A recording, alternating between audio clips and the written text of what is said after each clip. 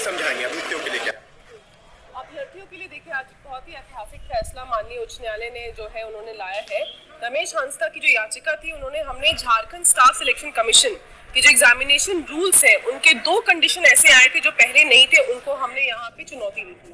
पहला कंडीशन आपका ये था कि वही अभ्यर्थी जो 10वीं और 12वीं की जो पढ़ाई है वो यहाँ के झारखंड के इंस्टीट्यूट एजुकेशनल इंस्टीट्यूट से किए हैं वही अप्लाई कर सकते हैं। और दूसरी थी कि जो लैंग्वेज भाषा था उसमें हिंदी और इंग्लिश को हटा दिया गया था, तो इसीलिए वो उस पेपर से हटाया गया था जो कि आपको मेरिट में जुड़ना था। तो इन दोनों ही जो कंडीशंस जो लाए गए थे 2021 के रूल्स में हमने चैलेंज किया था, जिसमें आज फैसला आया है। तो कहा गया है माननीय उच्च न्यायालय से कि भाई ये जो दोनों ही है ये अगर आर्टिकल 14 कॉन्स्टिट्यूशन का अगर आप आर्टिकल 14 देखेंगे, अगर उसके टचस्टोन से देखा जाए तो ये असंवैधानिक है और इसे स्क्रैप कर दिया जाए। तो जो 2021 की रूल्स थी जो इन दोनों कंडीशन पे बेस्ड थी उन दोनों को स्क्रैप कर दिया गया है।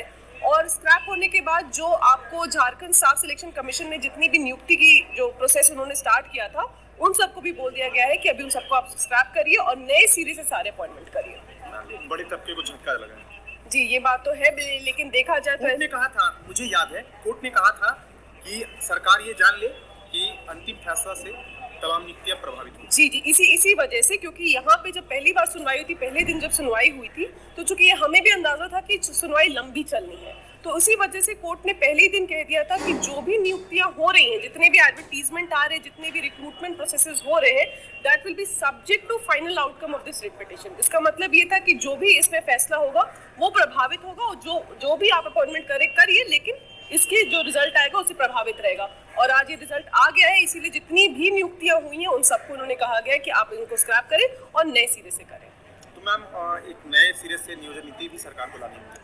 देखिए, चाहे तो नियोजन नीति जो उनकी पहले से थी जिसमें ये कंडीशन नहीं थे, आप उनके बेसिस पे आप कह सकते हैं कि उनसे आगे बढ़े, या आप एक नई नियोजन नीति लाएं जिसमें आप ये कंडीशन नहीं डाल सकते हैं कि 10th और 12th आपको यहीं से पास करना हो। क्योंकि देखिए, इससे न केवल वैसे अभ्यर्थी लेकिन वो भी इससे अफेक्टेड हो रहे थे जिन्होंने, मान लीजिए, जो झारखंड के हैं, झारखंड के मूल निवासी होने के बावजूद वो कोई कारणवश उनके पिता का ट्रांसफर हो जाए या माता का ट्रांसफर हो जाए, उनको बाहर जाना पड़ रहा था। इस वजह से 10th और 12th की परीक्षा वो किसी कारणवश निजी कारणों की वजह से यहाँ से न दे पाए, लेकिन है वो मूलतः झारखंड से, इस वजह से भी वो अगर नहीं पार्टिसिपेट कर पा रहे थे, ये तो अन्याय की बात थी। तो ये सबको कोर्ट में ध्यान में रखते हुए कहा कि नहीं, ये एक आर्टिकल 14 जो होता है उसका एकदम गलत तरीके से आप नहीं इस तरह से इस्तेमाल कर सकते और आपको इन सभी को आपको मौका देना होगा। सुप्रीम कोर्ट में अगर इसे चैलेंज किया जाए क्या कुछ हो सकता है, संभावनाएं? देखिए, वो तो माननीय सर्वोच्च न्यायालय के सामने, ये मेरा मानना है कि लोग तो जाते हैं, सरकार भी मेरे हिसाब से अभ्यर्थी जाएंगे, अभ्यर्थी भी जाने हैं। तो लेकिन देखिए, ये जो जिस तरीके का फैसला आया है ये हमारे तरीके से कि ये हमको नहीं लगता है कि इंटरफेयर किया जाएगा, लेकिन अभी सर्वोच्च न्यायालय में जो पक्ष रखी जाएंगे उसको सुनते हुए जो भी फैसला होगा वो हमें मान्य होगा।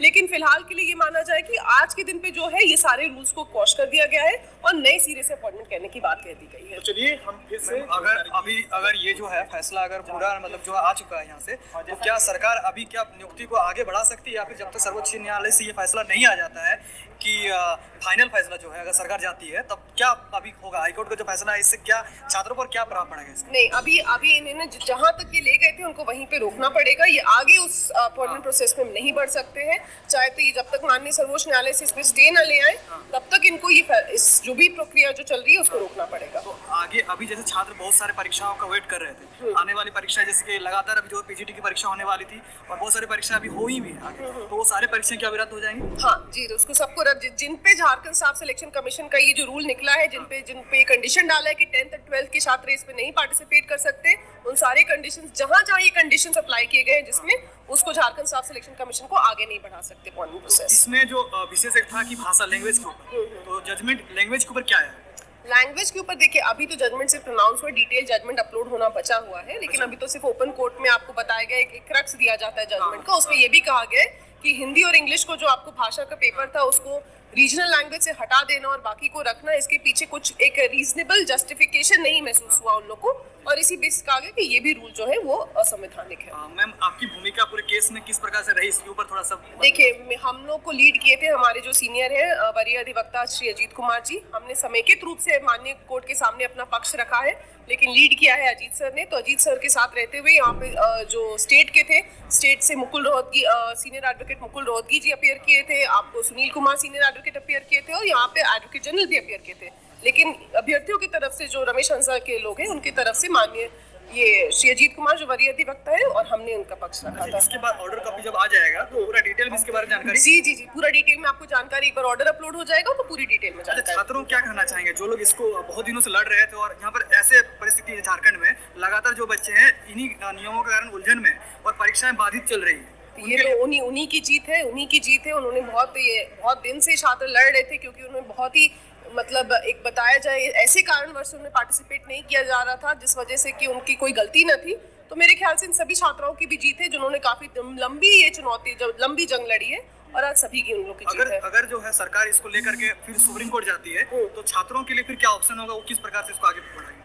देखिए सुप्रीम कोर्ट में वो तो आपको देखना पड़ेगा ना कि सुप्रीम कोर्ट नोटिस करती है कि नहीं। अगर नोटिस करती है तो आपको वहां भी लड़ना पड़ेगा अपना केस। लेकिन आज से जो है, आज के बाद जो है ये पूरा तरीके से जो है लागू हो जाएगा तो फिर ये आज के बाद से जो ये रूल्स 2021 के रूल्स थे उसके कोई अपॉइंटमेंट प्रोसेस नहीं।